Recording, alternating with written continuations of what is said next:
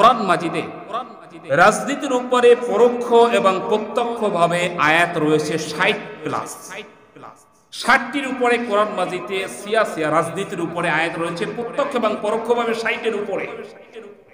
এখন আপনি যদি বলেন হুজুর রাজনীতি নিয়ে কথা বলবেন না, তার মানে বোঝা গেল কোরআনের ওই 60টি আয়াত আপনি বাদ দিতে বলছেন। কথা বলেন। 60 আয়াত তো দূরে থাক, কোনো ব্যক্তি যদি কোরআন থেকে একটা হরফ বাদ দেওয়ার ইচ্ছে পোষণ করে সে কাফের হবে। একটা শব্দ নয়, একটা হরফ যদি কেউ বাদ দেওয়ার ইচ্ছে পোষণ করে সে কাফের হবে।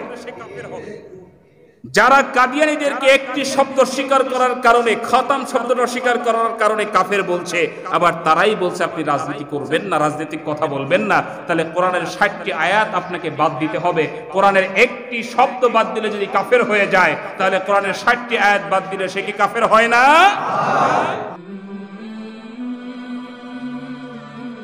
আপনি যে আমেরিকায় বাড়ি করেছেন, কানাডায় বাড়ি করেছেন, এই টাকা বৈধ ছিল? তার মানে তাদের অনুসরণ হয়তো মসজিদে ছিল, নামাজ পড়েছে সেখানেও ছিল, রমজানের রোজা রেখেছে সেখানেও ছিল, কিন্তু তাদের ব্যবসার ক্ষেত্রে নবীজিকে অনুসরণ তারা করে। এখন কথা হলো, তাহলে নবীজিকে কি শুধু নামাজ, রোজা, হজ, যাকাত অনুসরণ হবে, ব্যবসায় কি নবীজিকে অনুসরণ করব না? জোরে বলেন, করব না কি করব না? যদি আপনি না করেন তাহলে তো নবীর উম্মত হতে পারবেন না। এবার আপনি ব্যবসার ক্ষেত্রে করলেন, রাজনীতির ক্ষেত্রে অনেকে তো আমরা বলেই থাকি যে রাজনীতি কেন? অনেক জায়গায় আমরা অনেক মঞ্চে আলোচনা করতে গিয়ে বিভিন্ন সময় চিরকুট আসে, অনেক জায়গায় তো সরাসরি বাধাও দেওয়া হয় যে হুজুর রাজনীতির ওয়াজ করবেন না। রাজনীতির ওয়াজ? আচ্ছা দেখেন, কোরআন মাজিদে রাজনীতির উপরে পরোক্ষ এবং প্রত্যক্ষভাবে আয়াত রয়েছে 60+।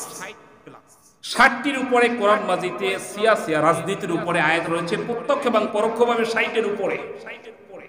এখন আপনি যদি বলেন হুজুর রাজনীতি নিয়ে কথা বলবেন না, তার মানে বোঝা গেল কোরআনের ওই 60টি আয়াত আপনি বাদ দিতে বলছেন। কথা বলেন।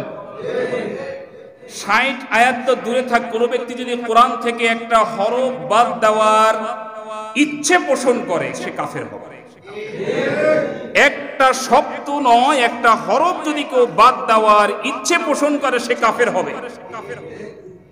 যারা কাদিয়ানীদেরকে একটি শব্দ স্বীকার করার কারণে, খতম শব্দটা স্বীকার করার কারণে কাফের বলছে, আবার তারাই বলছে আপনি রাজনীতি করবেন না, রাজনৈতিক কথা বলবেন না, তাহলে কোরআনের 60টি আয়াত আপনাকে বাদ দিতে হবে। কোরআনের একটি শব্দ বাদ দিলে যদি কাফের হয়ে যায়, তাহলে কোরআনের 60টি আয়াত বাদ দিলে সে কি কাফের হয় না? প্রিয় হাজিরিন, কোরআনে যা আছে সেটা বলতে হবে। তাহলে বোঝা গেল নামাজে যেমন প্রিয় নবীকে অনুসরণ করতে হবে, রোজায় যেমন নবীজিকে অনুসরণ করতে হবে, হজ এবং যাকাতে কালিমায় যেমন নবীজিকে অনুসরণ করতে হবে, বাসাতে ঘুমানোর ক্ষেত্রে, খাওয়ার ক্ষেত্রে যেমন নবীজিকে অনুসরণ করতে হবে, ঠিক একইভাবে ব্যবসা ক্ষেত্রে, রাজনীতিতে অনুসরণ করতে হবে প্রিয় নবী সাল্লাল্লাহু আলাইহি ওয়াসাল্লামকে। তাহলেই আল্লাহ সুবহানাহু ওয়া তাআলার ভালোবাসা পাওয়া যায়। প্রিয় হাজিরিন, আসুন, আজকে সময় আমার হাতে নেই, আজকে শুধু আপনাদেরকে এটুকুই বললাম। আমরা ইনশাআল্লাহ ধারাবাহিকভাবে সিরাতুন নবী নিয়ে কথা বলবো, নবীজির আচার ব্যবহার, তার অভ্যাস, এগুলো নিয়ে আমরা কথা বলবো এবং চেষ্টা করবো আমাদের জীবনে পরিবর্তন আনার জন্য, ইনশাআল্লাহ। বলুন। আচ্ছা আপনি বলেন, আমরা মডেল হিসাবে কাকে মানব? এটা কি আসলে আমি জোর করে বলছি? এটা কে বলছেন? আল্লাহ সুবহানাহু ওয়া তাআলা নিজেই বলেছেন, লাকাদ কানা লাকুম ফি রাসূলিল্লাহি উসওয়াতুন হাসানাহ। কে বলছেন? আল্লাহ নিজে বলছেন, নবী তোমাদের জন্য মডেল, আমি না। বাইতুল মুকাররমের ইমাম সাহেব না, কাবার ইমাম সাহেবও নয়, কারণ আমরা মানুষ, আমাদের কাছে কোনো ওহী আসে না, ভুল আমাদের হতেই পারে, ঠিক না? কিন্তু প্রিয় নবী সাল্লাল্লাহু আলাইহি ওয়াসাল্লাম যিনি কথা বলতেন ওহীর কথা, নিজের থেকে একটা কথাও বলেন নাই, ওমা ইয়ানতিকু আনিল হাওয়া ইন হুয়া ইল্লা ওয়াহয়ু ইউহা। তিনি যা বলেছেন ওহী থেকেই বলেছেন, নিজের মন মস্তিষ্ক থেকে একটা কথাও নবী বলে নাই। এর জন্য নবী করিম সাল্লাল্লাহু আলাইহি ওয়াসাল্লামের প্রত্যেকটা কথা অনুসরণ।